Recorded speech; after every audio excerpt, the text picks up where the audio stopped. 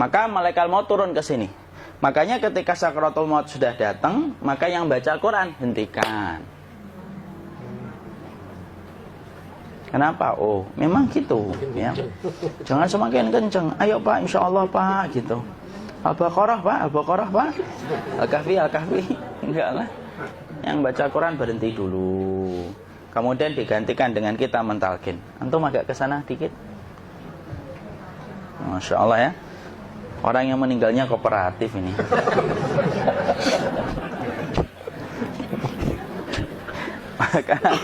maka agak kesini ya. Maka disunahkan kita untuk mentalkinnya. Nanti ketika mentalkin jangan terlalu sering, jangan terlalu membebani. Jangan terlalu sering itu la ilaha illallah, la ilaha illallah. Tidak gitulah. Berat nanti dia ngerasakan. Di situ Imam Qurtubi juga menyampaikan, jangan terlalu sering karena itu memberatkan dadanya. Jadi ketika mentalkin, saya sampaikan, boleh diganti atau enggak Ustadz? Enggaklah, talkin itu ibadah. Ibadah itu tauqifiyah. Tauqifiyah itu enggak usah diganti. Karena Rasulullah mengatakan, lakinu ala mautakum la ilaha illallah. Talkin orang yang meninggal di antara kalian dengan la ilaha illallah. Enggak usah diganti Allah Ustadz yang lebih singkat, lebih pendek. Tidak usah. Subhanallah Ustaz, tidak usah. Kenapa? Karena talqin sudah ditetapkan ucapannya oleh Nabi, begitulah kita mencontohnya. Jadi tidak usah diganti. Cara mentalqin, jadi kalau keadaan sudah tenang, tolong kalau sudah sakaratul maut jangan ditinggalkan. Karena sesungguhnya pertempuran setan itu pada detik-detik kematian semacam ini. Dan betul-betul berusaha untuk menjadikan dia murtad. Nanti makanya di situ di buku nanti dibahas kan, pertempuran setan itu sampai detik-detik orang mau mati itu sudah ayo kufur, murtad aja tuh, kamu sakit kan? Nah, itu kayak gitu. Makanya jangan ditinggal. Capek gitu kok nggak meninggal gitu ya. Udah gantian mas. Dan jangan kemudian meninggalkannya. Mangkat dulu gitu. Enggak lah, janganlah. Terus ditampingi terus. Kalau bisa ya sudahlah, berikan waktunya kita untuk sementara waktu itu betul-betul berkhidmah kepada orang yang kita cintai terakhir kalinya. Cara kita kemudian mentalkin adalah, yaitu adalah di sebelah kanannya la ilaha illallah. Biarkan dia mencerna dulu, tidak usah buru-buru kemudian kita langsung nimpali lagi. Dia mencerna dulu sembari kita doakan, peluk, ya Allah dimudahkan gitu. Kalau ada orang yang bisa ngucapin la ilaha illallah, itu siapa yang memberikan itu Ustaz? Yang memberikan kekuatan Allah Pak. Karena ngomong aduh aja sudah tidak mampu. Makanya Allah berfirman dalam surat Ibrahim, yusabbitullahu alladhina amanu bil qawli tsabit fil hayatid dunya wa fil akhirah. Allah teguhkan perkataan orang yang beriman dalam kehidupan dunia dan akhirat. Dunia itu ya ketika menjelang kematiannya. Makanya dia bisa ngomong la ilaha illallah. Sebenarnya ngomong aduh aja udah gak mampu. Kalau bisa ngomong, dia pasti ngomong aduhnya dulu. Tapi Allah yang menggerakkan. Ngomong la ilaha illallah. Makanya mangkana akhiru kalamihi la ilaha illallah dakhalal jannah. Barang siapa akhir kalamnya itu adalah la ilaha illallah, pasti masuk surga. Makanya kita lagi la ilaha illallah. Dah. Cerna dulu. Enggak usah minta diburu-buru ya. Enggak usah gini. Ayo la ilaha illallah. Ayo.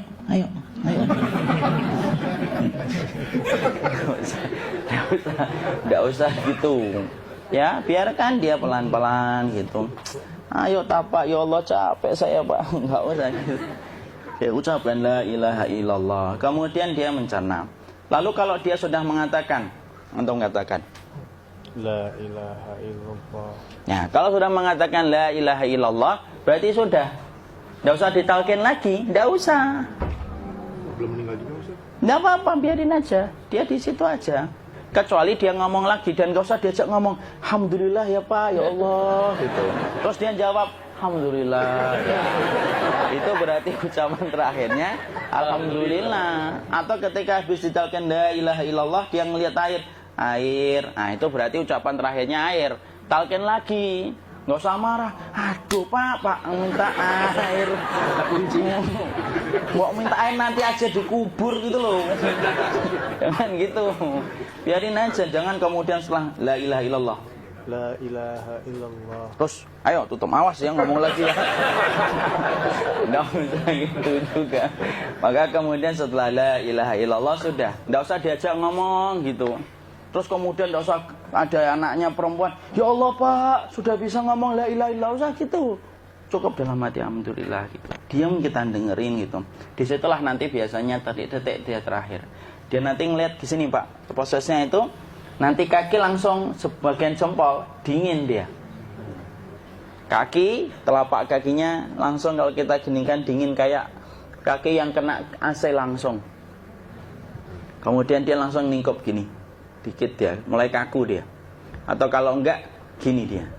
Langsung kayak jatuh, kayak kepala nanti yang paling terakhir. Kepala itu pasti ada gerakannya Pak, ini meninggal itu.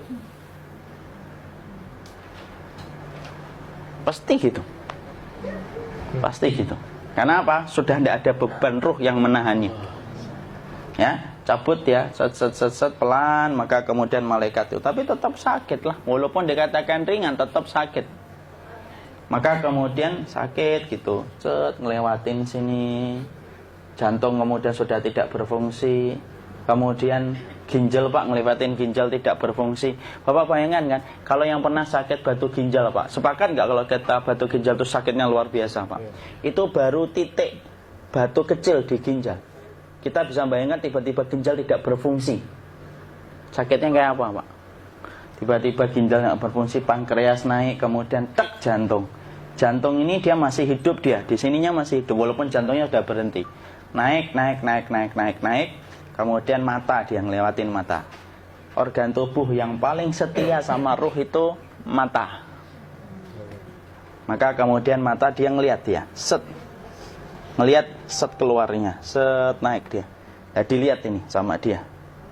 Makanya Rasulullah mengatakan innar ruha idza qubida tabi'ahul basar. Ruh itu kalau dicabut, mata itu ngikutin kemana perjalanan ruh itu. Makanya ada yang meninggalnya gini.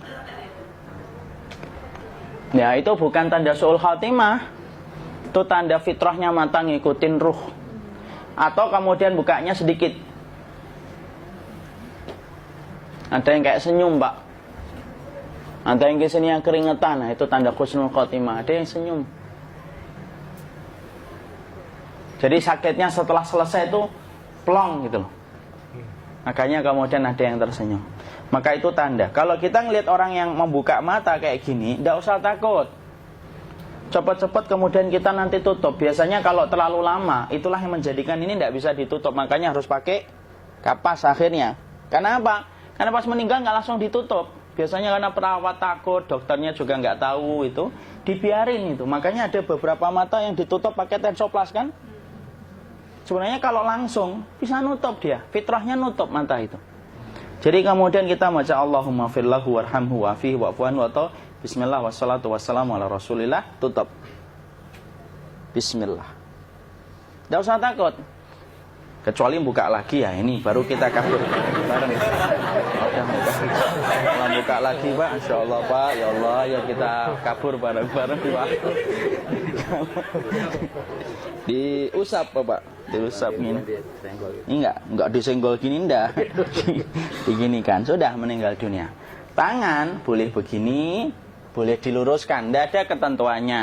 Boleh gini, boleh kemudian lurus. Tidak usah disalahin kalau ada yang lurus. Lu itu tangannya gimana sih? Posisikan kayak sholat. Tidak ada perintah kayak gitu.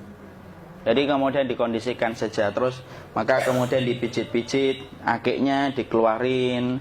Kemudian jamnya dilepas, gigi palsunya dilepas kalau ada. Ya. Kemudian apa setelah itu? Coba buku.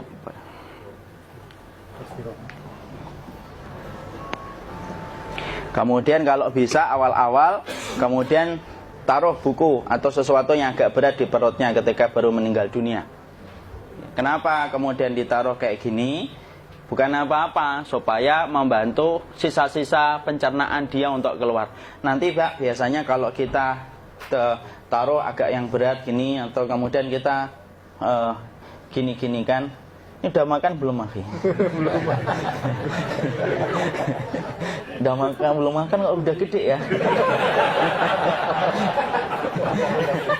Maka pencet-pencet kayak gini biasanya nanti ketika dimandikan, nah pas dimandikan diginikan saja. Aduh.